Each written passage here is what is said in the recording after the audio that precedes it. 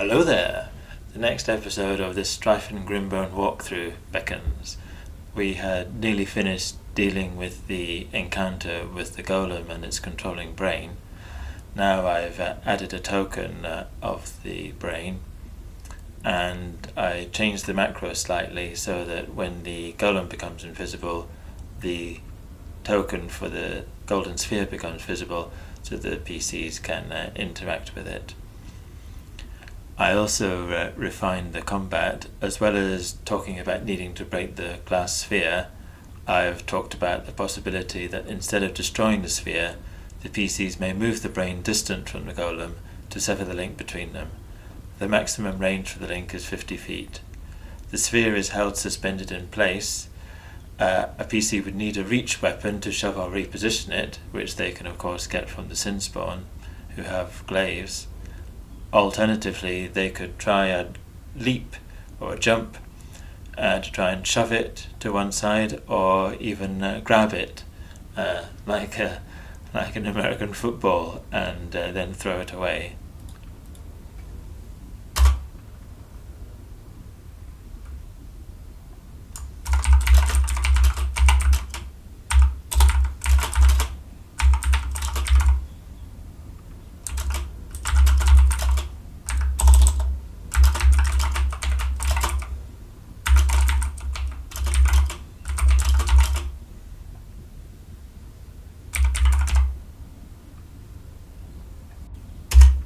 So I clarified that there.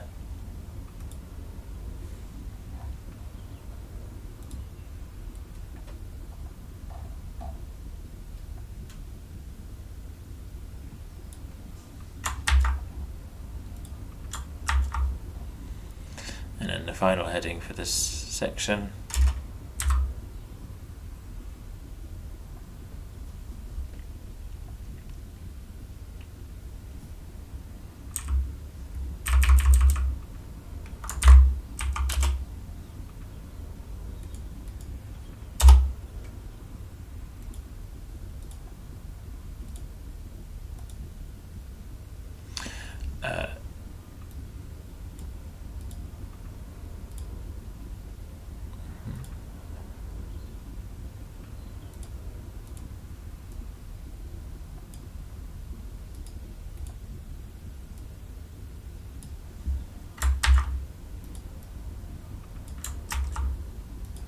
The brain that was controlling the golem, don't need a capital there, withers and the golden sparks that lit it cease.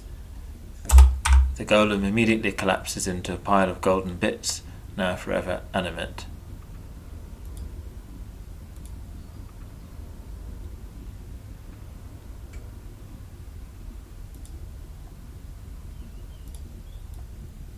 Change that again to get it italics.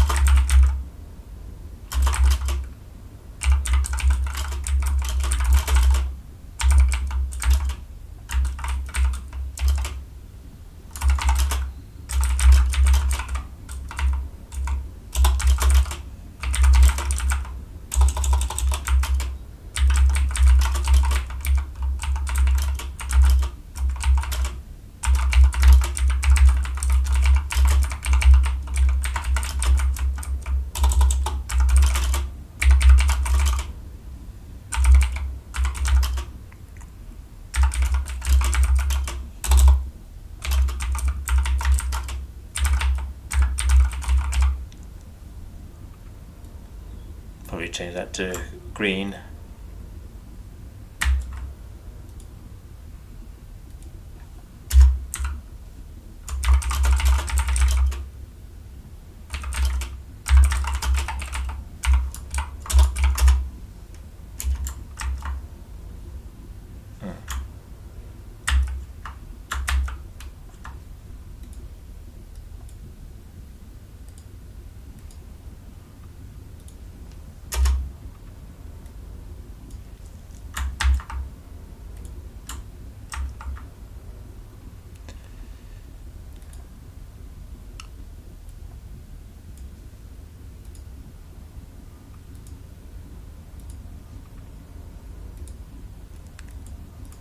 the formatting done.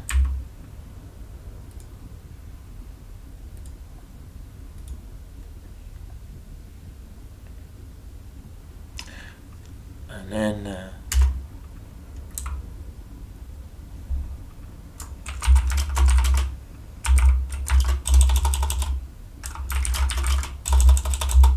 brain is destroyed.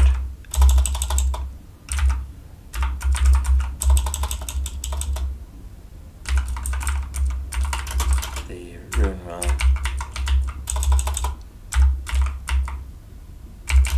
is also inactivated.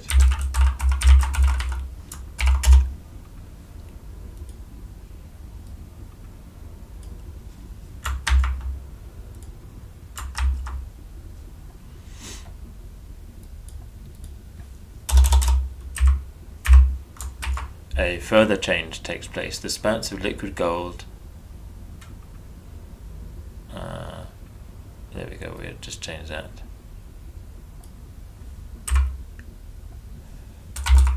The gold in the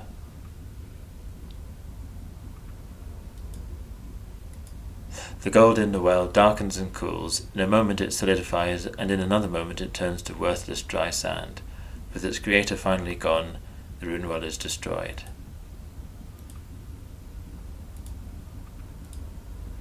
If anyone managed to salvage and cool some liquid gold, this gold automatically turns to sand.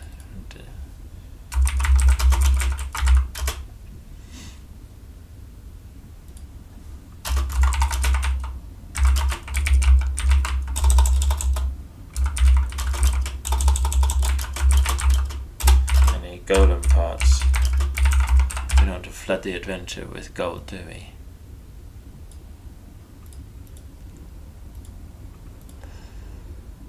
Okay, and then a story XP, we'll do our usual cut and paste, going to the reliable old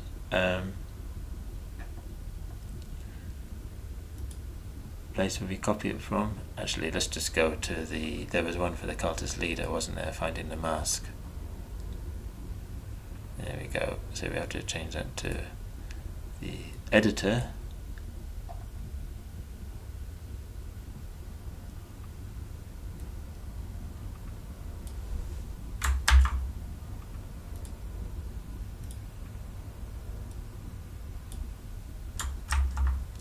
Award the party XP for destroying the runewell.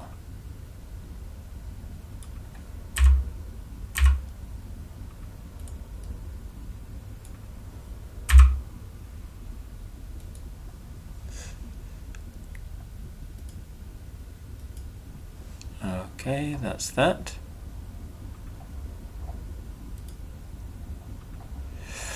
And that concludes the encounters in the cultist crypts, so we should just conclude this chapter now.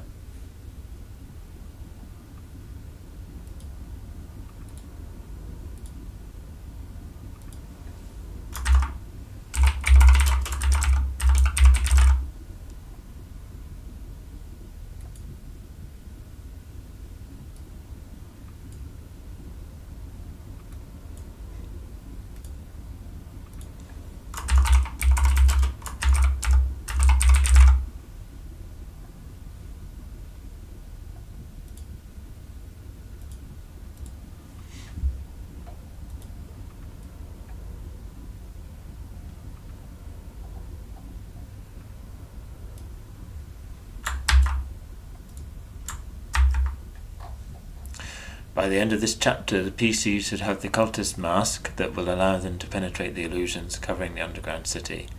They should know some Thassilonian history and of the existence of a ruined city submerged in a swamp nearby, and that at least thousands of years ago its most recent rulers were beast folk, but they will not explicitly know that the mask is the key to revealing the city, or that it lies south of the quarry. Although they will have a strong inkling that much of the strife in Grimbone derives from its Thassilonian ancient past, they may have no clue how the Night of Terror and devils are linked to this, apart from the suspicion that the attackers were not in fact devils at all. There may still be some quests in and around Grimbone for them to complete, For example, they may at least wish to inform Minnie of her husband's sad demise at the crypt entrance. And maybe I'll link that.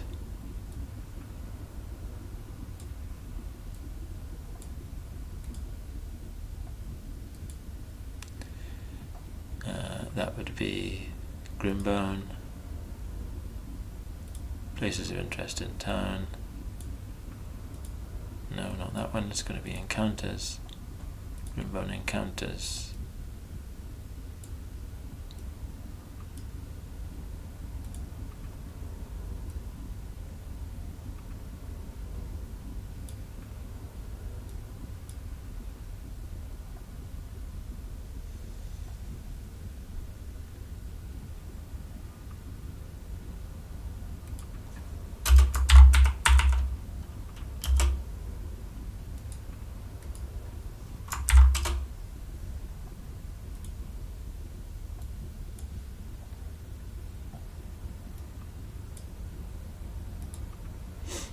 Hopefully that will come out right. Yeah. At some point they may want to explore or re-explore the quarry. They may wish to discuss their findings with Brigga the Soothsayer and Uman. These two may focus the PC's minds on an attempt to find out where the devils came from, who summoned them, and if any kidnapped townsfolk remain alive on this plane.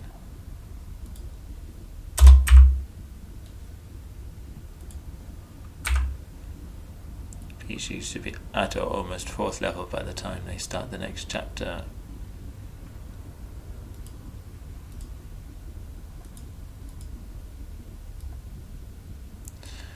Okay. And so let's start the next chapter.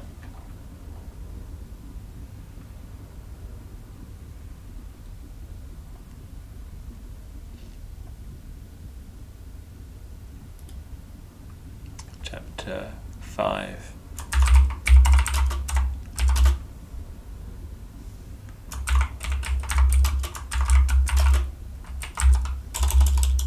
Summit City and Silver Mine.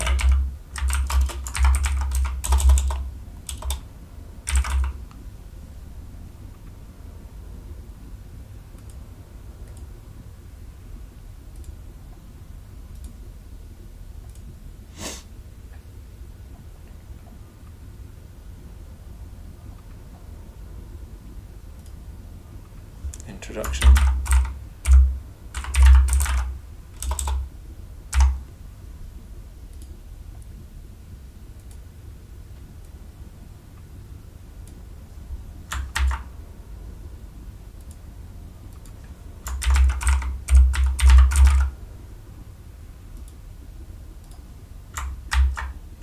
The remaining mysteries surrounding Grimbone are the Master and his location, the identity of the raiders in the Night of Terror, and the location of a ruined Thassilonian city in a swamp somewhere nearby. The PCs may link the swamp city with the raiders. The Master indicated he had nothing to do with who was behind the raid, and it seems from their exploration of the crypts that the cult of unholy avarice was not involved either. Are the beast folk still lurking in the swamp city? Have they become devils, or have the city taken over by devils? Could some of the townsfolk have been taken to the city and still be alive? These are the questions to answer.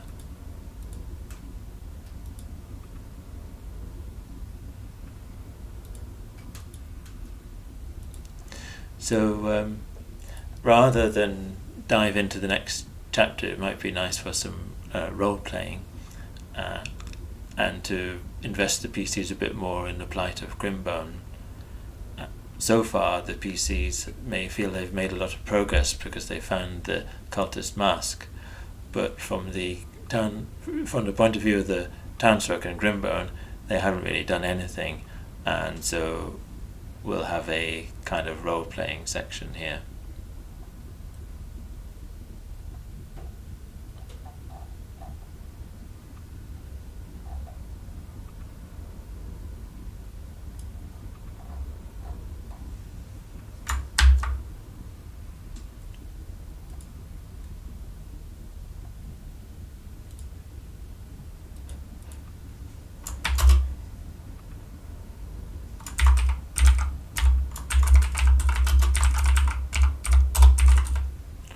rain-soaked interlude.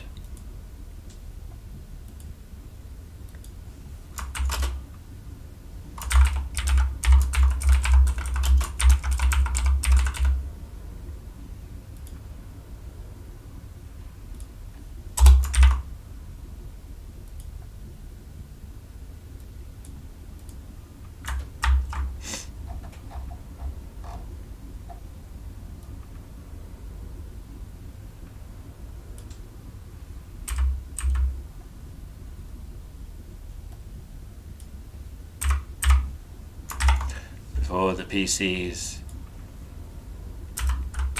can pursue their investigations, they must deal with the townsfolk.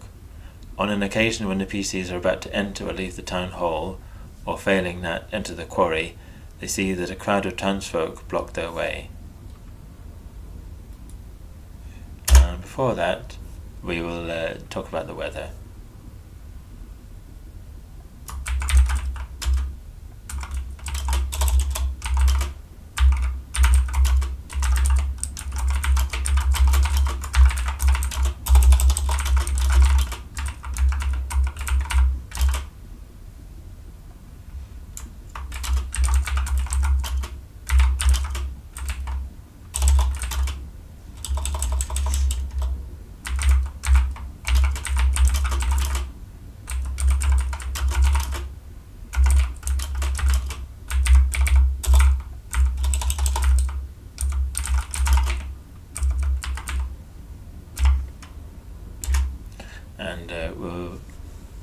Since the first encounter with the master in the cemetery, a constant dismal rain has soaked the town and surrounding woods, just to sort of signify the change, the more kind of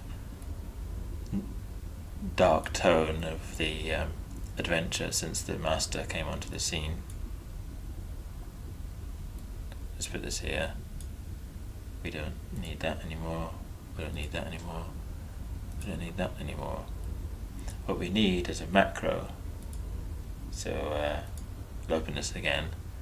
I created beforehand a macro to switch rain on and off. Let's get to the scene.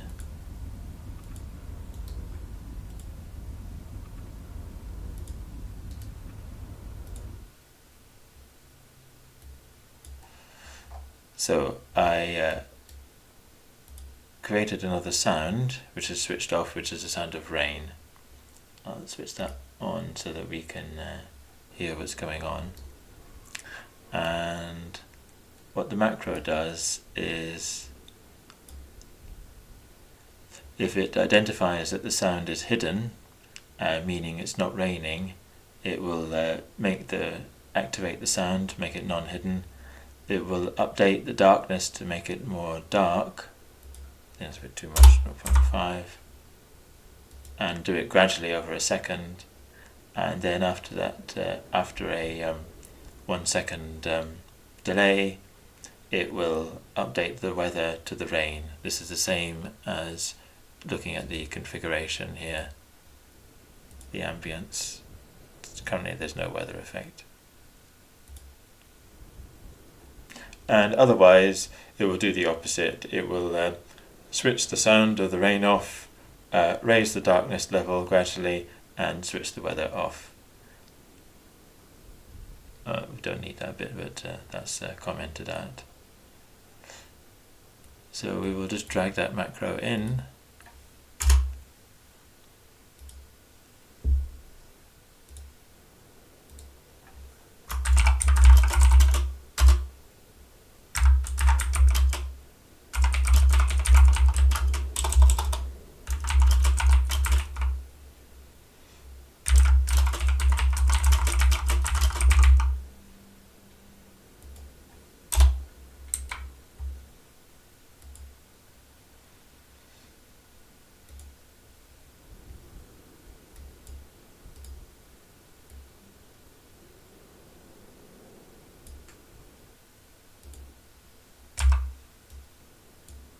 As usual, we use the secret format for this one.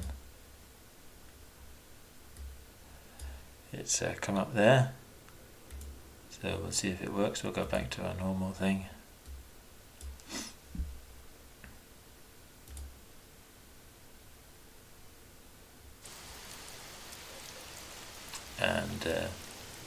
the rain starts up to make Grimbone even more grim, and we can turn it off if we want to do that for some reason. You can see it gradually get darker. If anyone's interested in macros,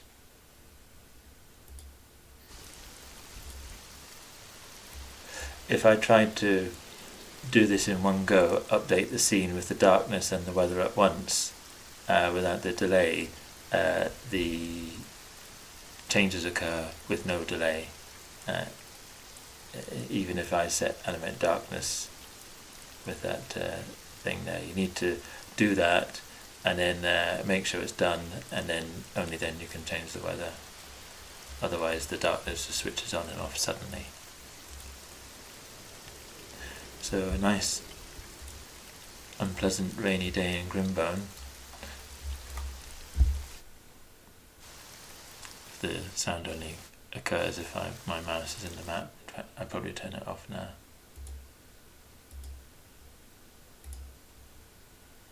So obviously when you've got a token selected, then you'll hear the sound because it's all over the scene.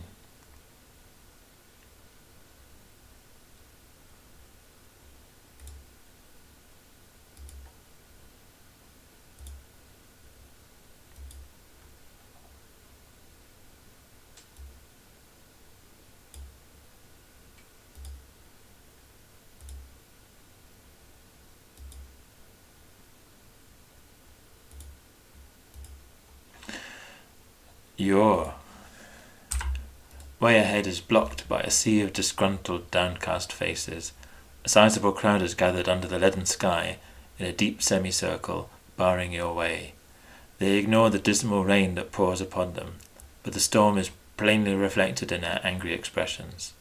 Several fingers point accusingly at you, and a spokesperson steps forward, her soaking hair plastered to her grimy face. "That's 3 more missing as of this morning, taken from their very home in the night." She indicates a small house standing near the south gate. "1 more family taken to the hills." Could be one of those houses there. She continues bitterly, raising her voice as the crowd shout encouragement. "And where were you, so-called heroes of Pindaka, prancing around town, poking your noses into everybody's business, acting like you owned the place?" At this point, other townsfolk pipe up. If the PCs slew the werewolf huntress, the sage, or the local shop family, they are blamed for the murder of their innocent neighbours. Otherwise they are accused of looting if they have gone into any abandoned homes. Uman and Brigger appear and briefly try and calm their mood, but their efforts are as ineffective as their leadership.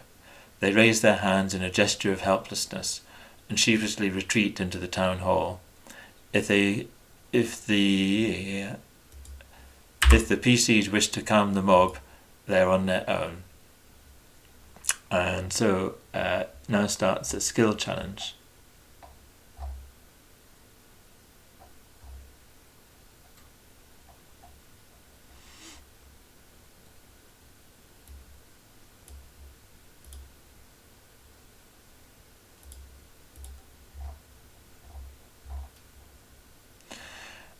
There is the opportunity during the confrontation for each PC to make 3 checks.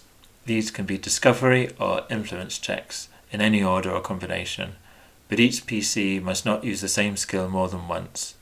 It makes more sense to start with discovery checks if the PCs are going to choose to make them, because they reduce the DC of subsequent influence checks.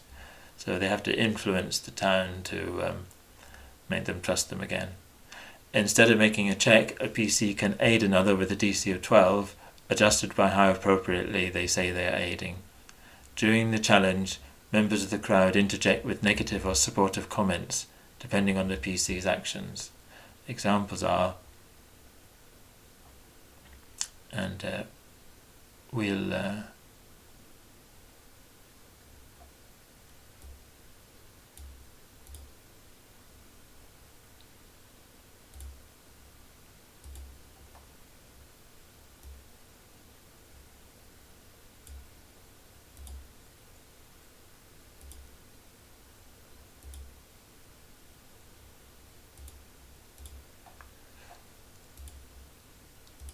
Just format this a bit,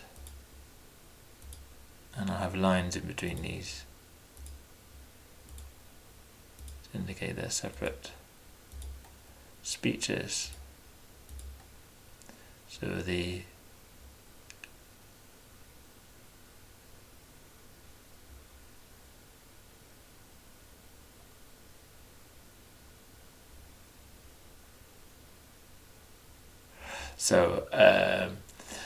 someone might say they slew a werewolf. Who's to say they aren't the werewolves? Who's going to go out into the forest and hunt for us now? Someone else might say, while the PCs are talking and discussing things, they might pipe up and say, we left the sage alone for years, and now the new heroes had to come in and meddle. It's a wonder the whole town wasn't destroyed in some magical explosion. Or, these heroes literally murdered our neighbours, an old couple and their son, for nothing more than being eccentric. Where is the justice in that? This is obviously the local shop and the Morlock. But then if they had done the Dragon Quest, they did right by my son, though God's rest his young soul, brought back word of him, though it were too late to save the lad. But they slew the dragon. Do you see any other heroes stepping forward? And then someone else, I would be dead now, or worse if they hadn't dealt with the undead that had been plaguing this town long before they arrived. If they'd, maybe that could be the, if the young woman is rescued from Harker, or perhaps the carters who were attacked by the ghouls. PCs may play upon these themes in making their checks, grant them circumstance bonuses for convincing accounts or role-playing. If they think of a reasonable use for an alternative skill, allow them to do so, based on the crowd's perception DC of 20 or will save. If a PC has a group coerce feat or similar feat, grant them a +4 bonus to persuade the crowd. I've never found a use for group coerce. Does that mean that if you don't have that feat you can never influence a crowd of people or more than one person? So I think people tend to ignore it. So this time we give them a bonus if they've got that feat, rather than preventing anyone who doesn't have it from doing anything. Use the crowd's collective will save if the PCs use magic, e.g. charm, in place of a skill, and award an influence point if the crowd fails, or 2 if they critically fail. And here we have the stats.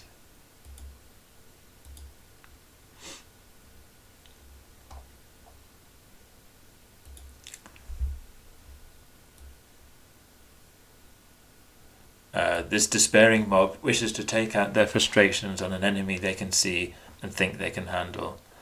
Perception is +10, or will is +11, and so the discovery checks you could use, given that each PC has 3 checks during the course of the challenge.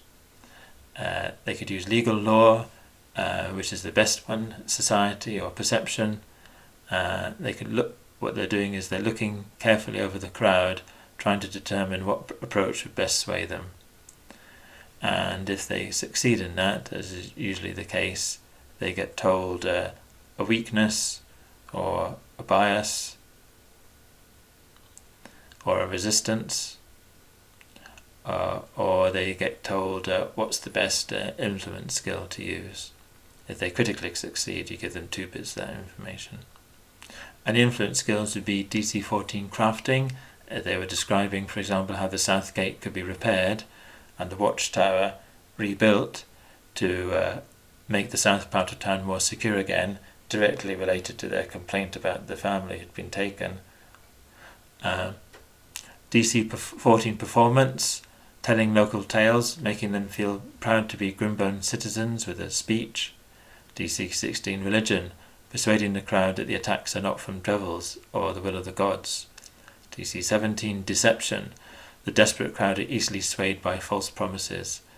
DC 18 intimidation, bullying might work. And 22 diplomacy, the crowd are fed up with honeyed words.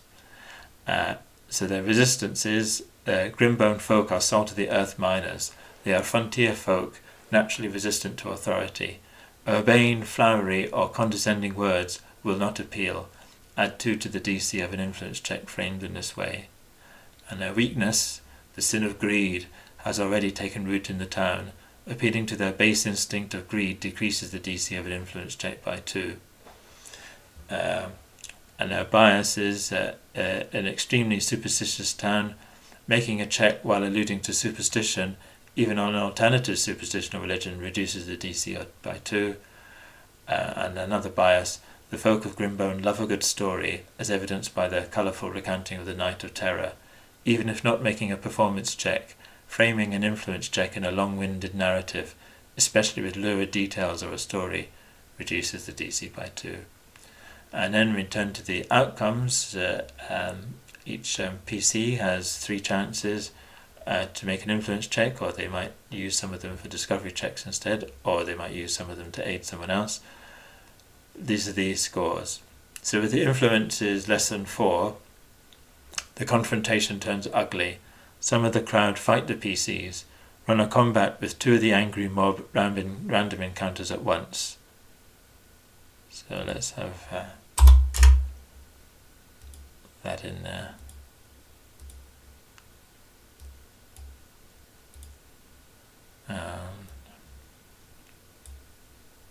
Creatures, angry townsfolk. Oh, that's the individual one. Let's then make a reference to the journal.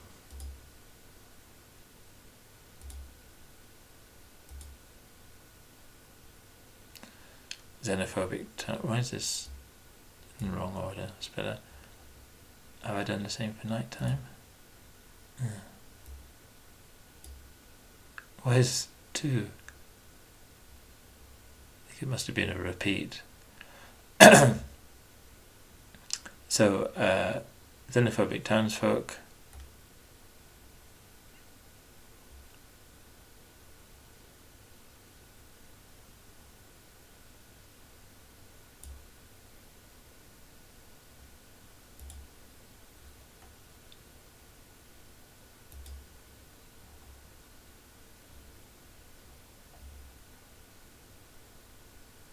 Okay.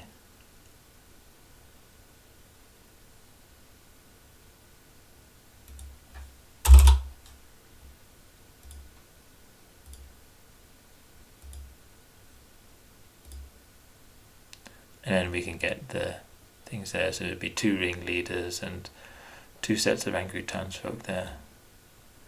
And you would sort of drag them into position here, perhaps. Maybe it might occur there or there. The PCs may use lethal force or not. The PCs are then requested not to stay in town. In particular, they are ousted from their rooms in the town hall. No one will trade with them. The PCs can still continue their quest and will be pardoned if they return with freed prisoners. Influence floor is as above but without the fight. Influence 5 to 7, the town are mollified. They melt away into the rainy streets back to their daily grind. Influence 8 plus, the town rally behind the PCs. A team of volunteers is set up to start repairs on the south gate. Shopkeepers buy back items at full prices. They receive, the PCs receive small gifts of consumables from shopkeepers or random townsfolk to help them on their quest.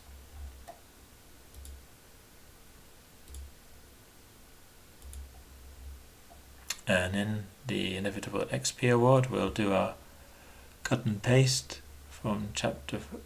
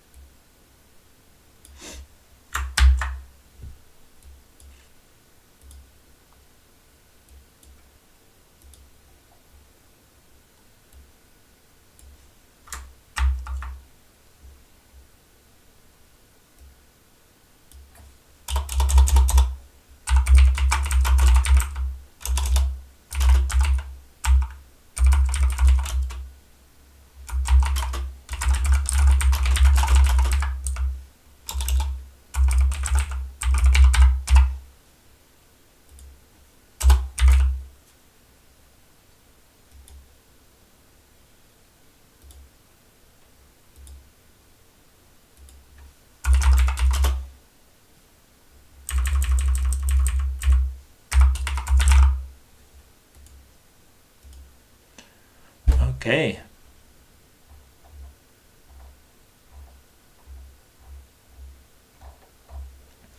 And the thing the PCs need to do next is to investigate the quarry.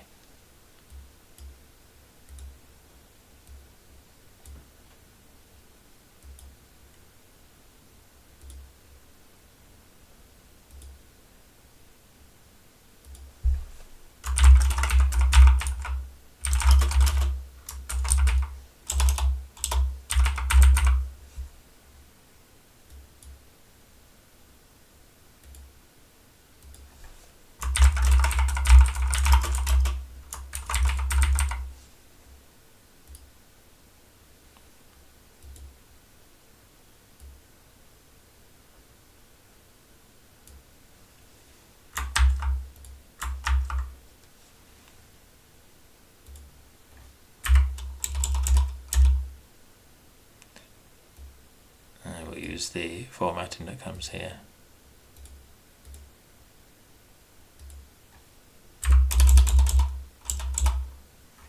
Okay, we'll do it this way.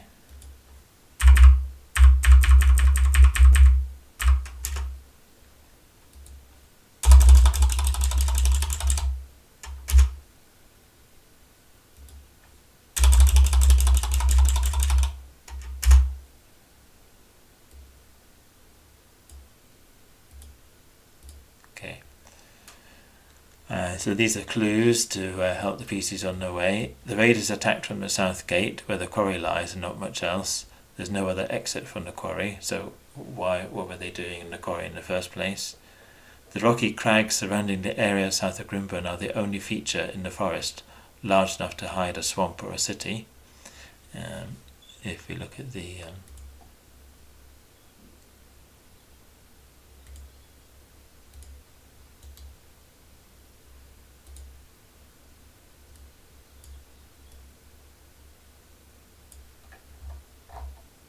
so you know, they look there, and the PC's view, they're not going to be able to see that.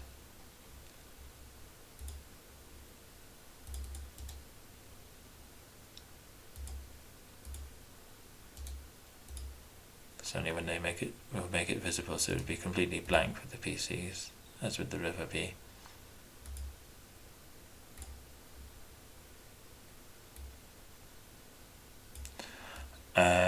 A river may be found south of Grimbone, flowing south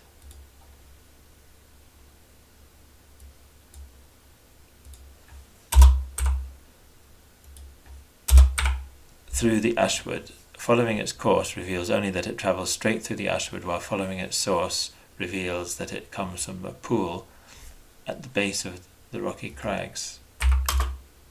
Might it drain a swamp on the other side of the crags? Make sure the PCs don't penetrate the illusions that hide the underwater tunnel to the mines, even with the mask, unless you want them to bypass many or most of the encounters. Bereft PCs might receive a clue from the triumvirate or pay for information from the sage. The sage might exchange information for relics of the cultists that tell of Grimbone's.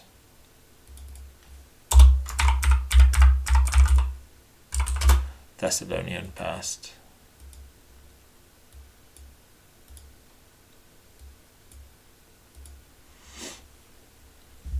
And we'll go back to Grimbone town. The quarry here.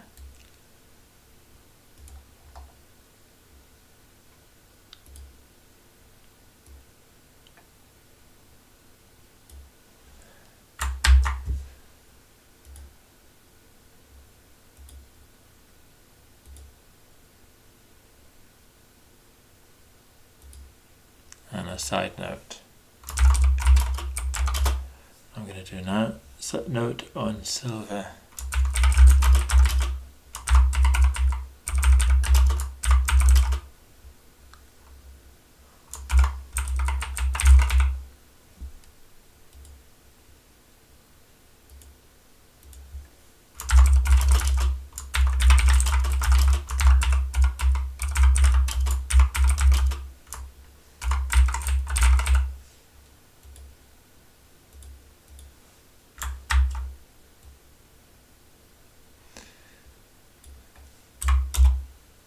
The mines in this part of the adventure may yield near limitless amounts of silver and meteoric iron. Avoid unbalancing the campaign by considering the total bulk that the PCs may carry. In addition to their equipment, PCs are likely to be able to carry around on average 5 bulk of silver or iron ingots. Each ingot is worth 100 gold. When trying to sell the ingots in Grimbone, Vendaka or elsewhere locally, it would be obvious it came from the Grimbone mines, and these mines have a claim on that silver. Apply a 50% tax. Therefore, PCs should be able to make around 250 gold each. So trying to, across 4th and 5th levels, this represents less than half the total recommended treasure award per party member, so we're kind of at a safe level of award, as long as you don't give them limitless bags of holdings or even one. To the beast folk, silver is devalued and not kept as treasure. The PCs will likewise most likely be interested only in gold, gems, or precious or magical goods, once they are carrying their limit in silver or iron. Once the PCs return to Grimbone with the kidnapped townsfolk, Nemo's mines will be open to the town. The Triumvirate and the Quartermaster will take control. PCs will not be permitted to return to the mines to collect cartloads of silver. The Quartermaster is in that mining compound there.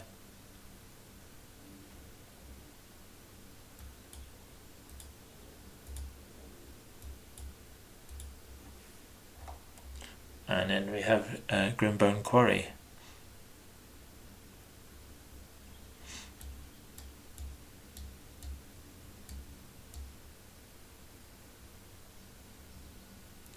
We need to look at our numbering system a bit more closely. I think we've got up to G15 local shop. I would suggest that we need a G16 for the abandoned home there. So in subsequent chapters, we're adding to the descriptions here.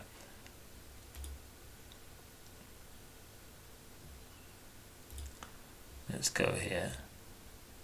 Yeah, I've got here G16 abandoned home. So we'll go to here and copy it and paste it.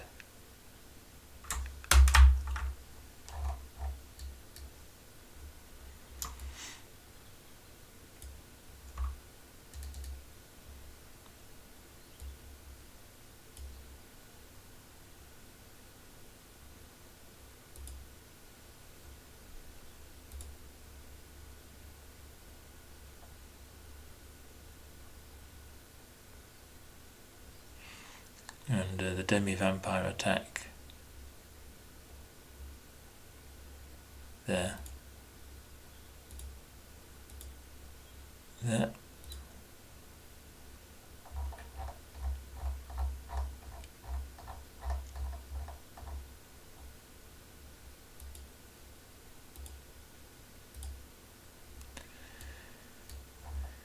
Okay, I'm going to make them a bit bigger.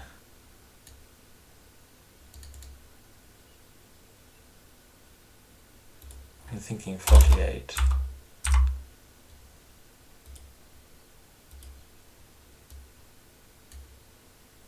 Yeah, that's like the same size. Let's just double check. 48, yeah. So that's the abandoned home. Then Grimbone Mausoleum is that one there.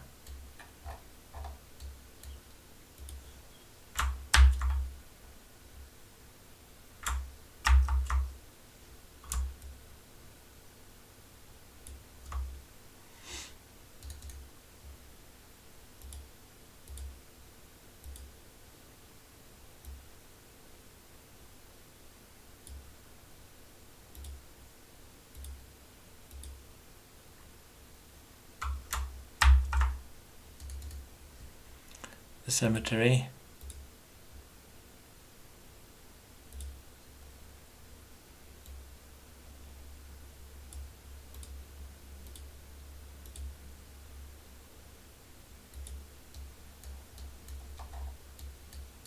And now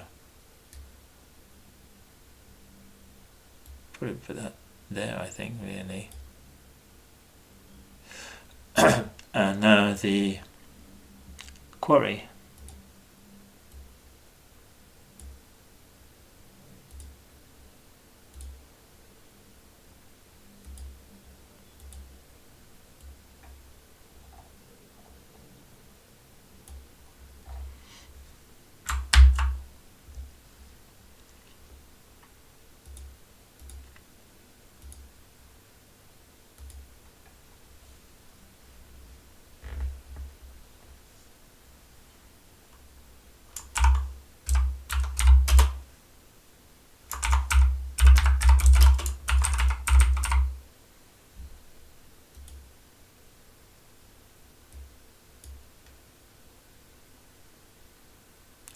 Maybe we'll take this label off that one.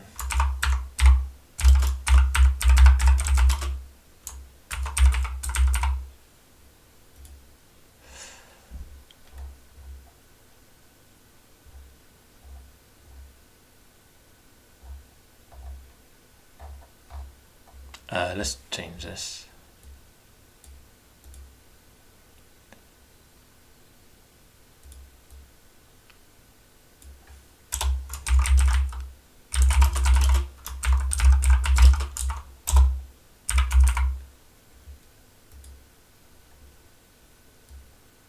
Do it that way so that our encounters are subpages or pages rather than the whole journal entries.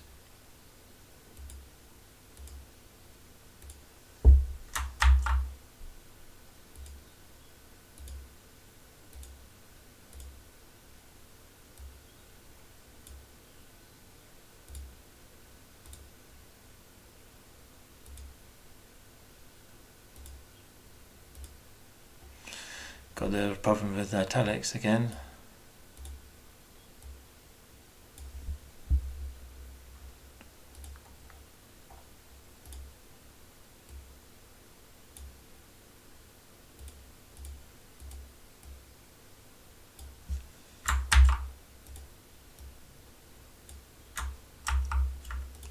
Beyond the remains of the south gate is the quarry, a wide expanse of tumbled rocks, piled high in steep mounds, surrounded by pathways of blasted earth. Carts, both laden and empty, are parked haphazardly around the site, along with myriad mining tools. There are scorch marks here and there that speak of the extreme means the townsfolk have employed to force the earth to give up its riches. The mining operation appears to have been conducted with feverish desperation. By day and night, the quarry is guarded by townsfolk. A BC will have difficulty stealing without detection. If they are somehow able to search freely for metals, on a roll of 20 on a D20 each minute, they find a metal nugget. On a 1 in 10, this is cold meteoric iron, otherwise silver. A nugget is worth 10 gold and weighs 1 light bulk. An ingot is 100 gold. So maybe we'll have a nugget. Yeah.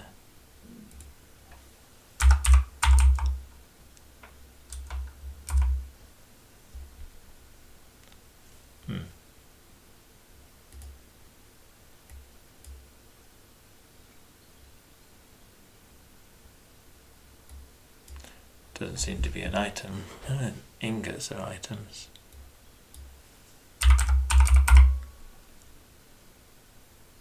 But not nuggets. Anyway, never mind. We'll change it.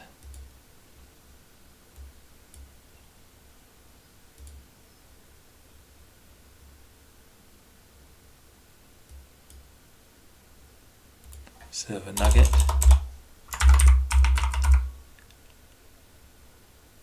Bulk. Light. And 10 gold pieces.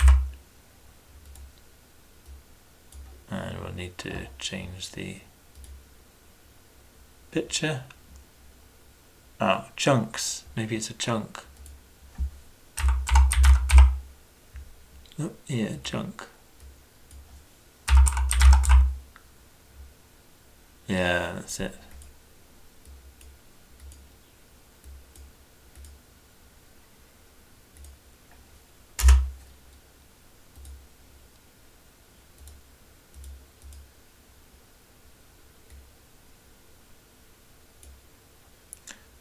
Silver chunk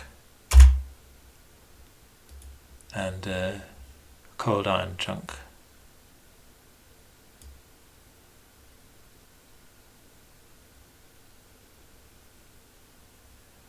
Let's see where they.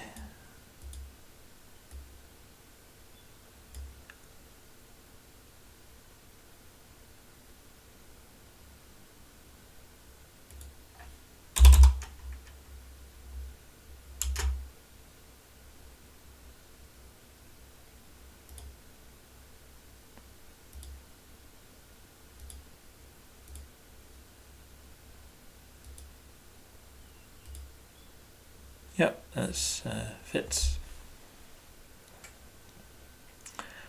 An investigation will reveal on a recall knowledge check, mining lore or untrained otherwise, that the quarry is surprisingly small.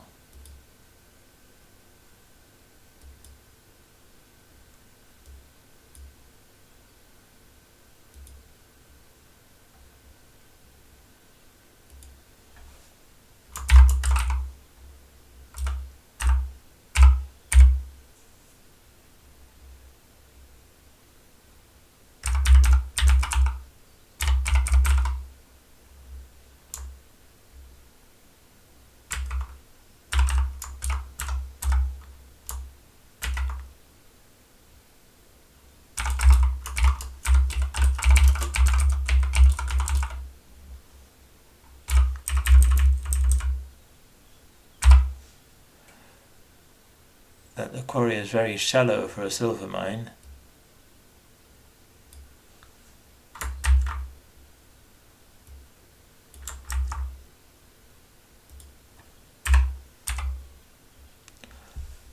And that some parts seem to have been turned over again and again, while others delving into the rock to either side have been abandoned after initial exploration.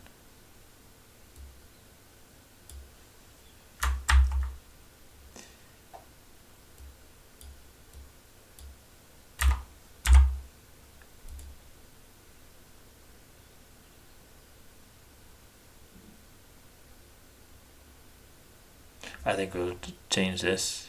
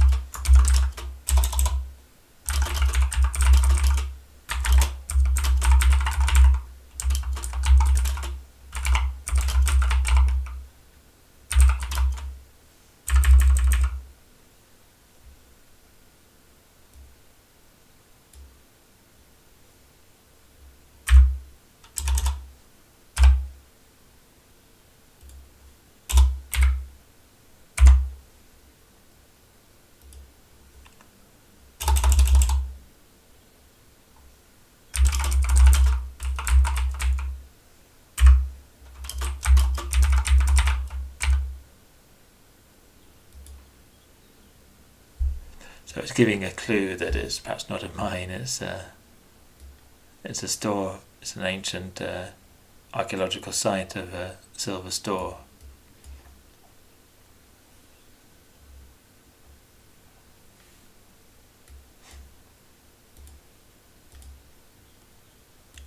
And then our next area is the secret passage.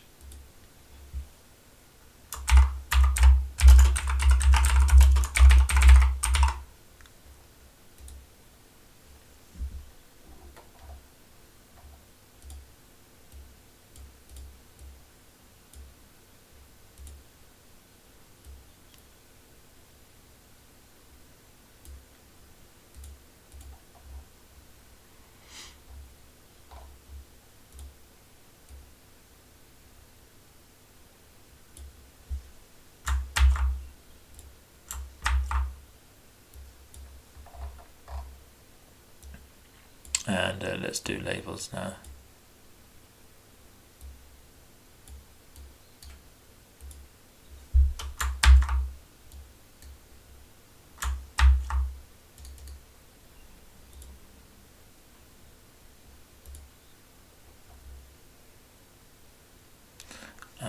What were we at?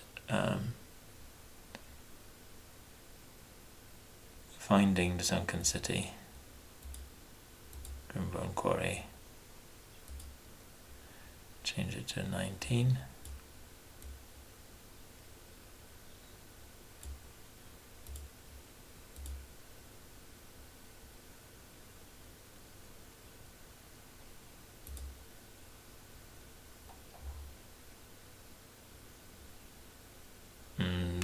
let's get rid of the label there.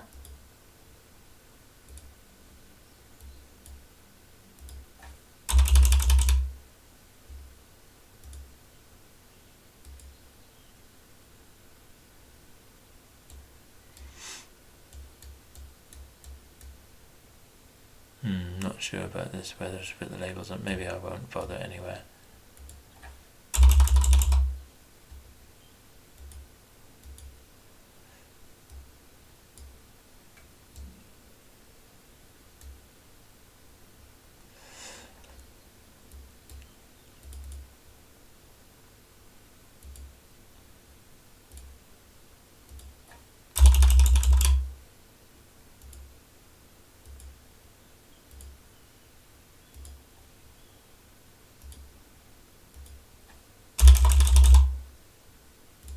That's wrong there, isn't it? Not heading.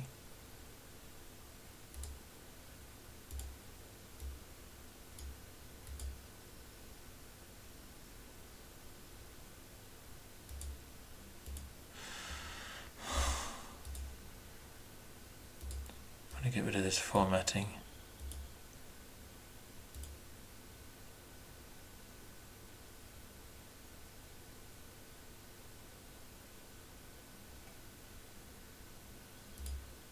This paragraph, why can't it just... Oh, just a second. Well, block heading 4 seems indistinguishable from paragraph text. Maybe in the next update, when they've changed the UI, we'll have a better system of journals. So, mausoleum.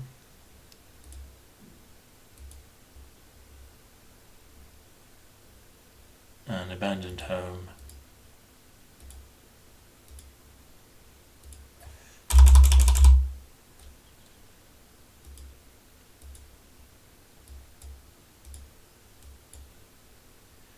Right.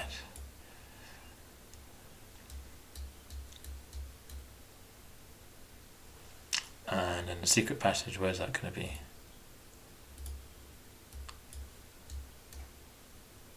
I think it was... Oh, it's here.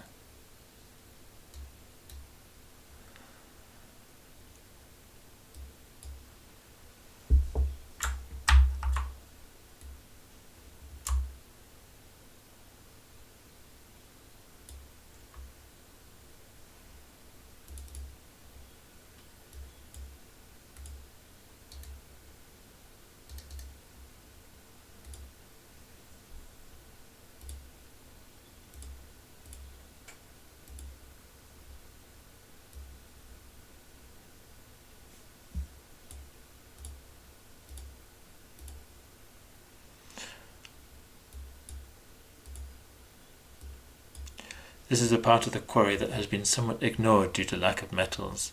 There is a narrow passage through the cliff-like quarry edge that leads through to the swamp city. The passage is covered by an illusion that the crack is a narrow fissure only a few inches wide, when it is in fact 5 feet wide. Only a PC interacting with the crack, which looks like any other crack in the quarry, would have a chance to disbelieve the illusion. The illusion is part of a fantastic facade ritual cast in ancient times to protect the city. I wonder if that's this thing here we can link to. Yeah.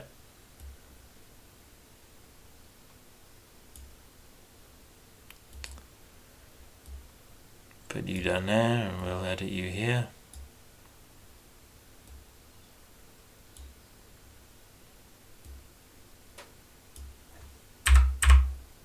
Ritual, it doesn't need to be capital. Cast in ancient times to protect the city. If a PC does something that gives them a chance to disbelieve the illusion, like interact with it, or they do so on a successful perception check versus DC 44. Very difficult.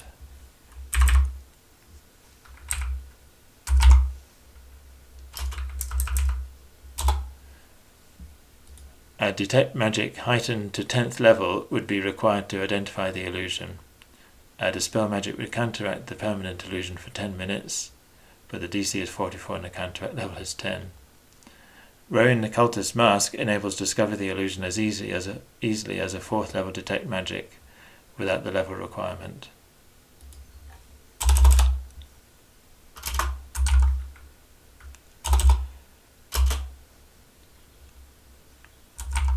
Oh, come on.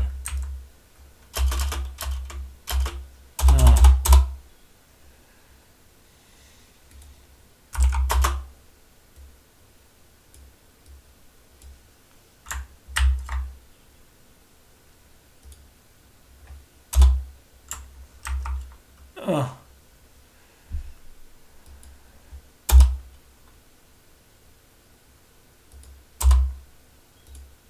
Hard work, isn't it? As a 4th level detect magic without the level requirement. 30-foot emanation, 2 action concentration, pinpoint the 5-foot square location of the illusion magic. So they just need to be within 30 feet using the cultist mask. And they're going to 4th level detect magic and localize magic. So it will pinpoint the location of the illusion magic.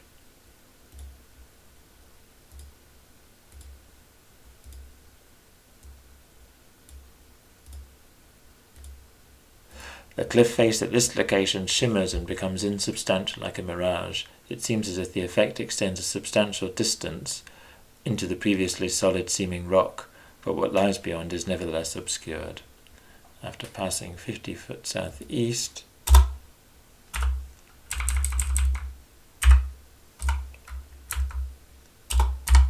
through this mirage-like rock, the PCs find themselves on the other side of the cliff. There.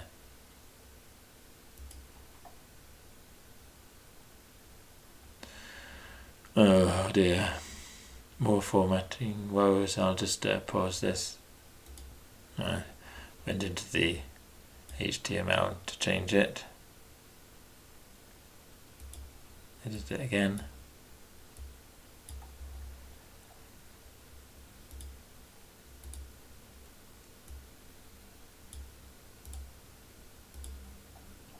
The shimmering cliff passes to either side as you walk forwards until suddenly, like surfacing from a murky pool, you break free into open air again.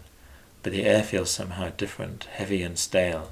The sky looks the same, and the sun is in the same place, but somehow you feel like you have entered a different world, like a different version of the Ashwood.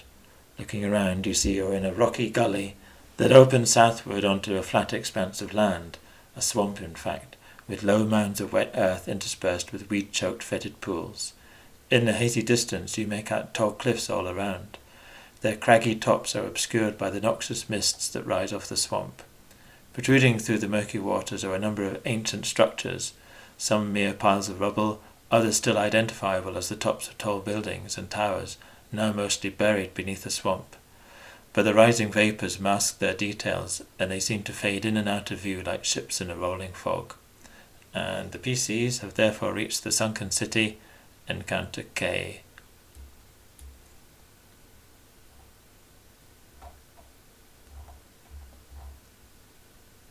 So I think I'll stop there. I need to do the scene for the sunken city, and in particular work out limitation of distance, because in Pathfinder 2nd edition distance is infinite. We need to make even dark vision as well as normal vision or low light vision only penetrate a certain distance. So I'll work out how to do that, create the sunken city, and then we'll be ready to do the swamp level next time. So thank you for your attention, and goodbye.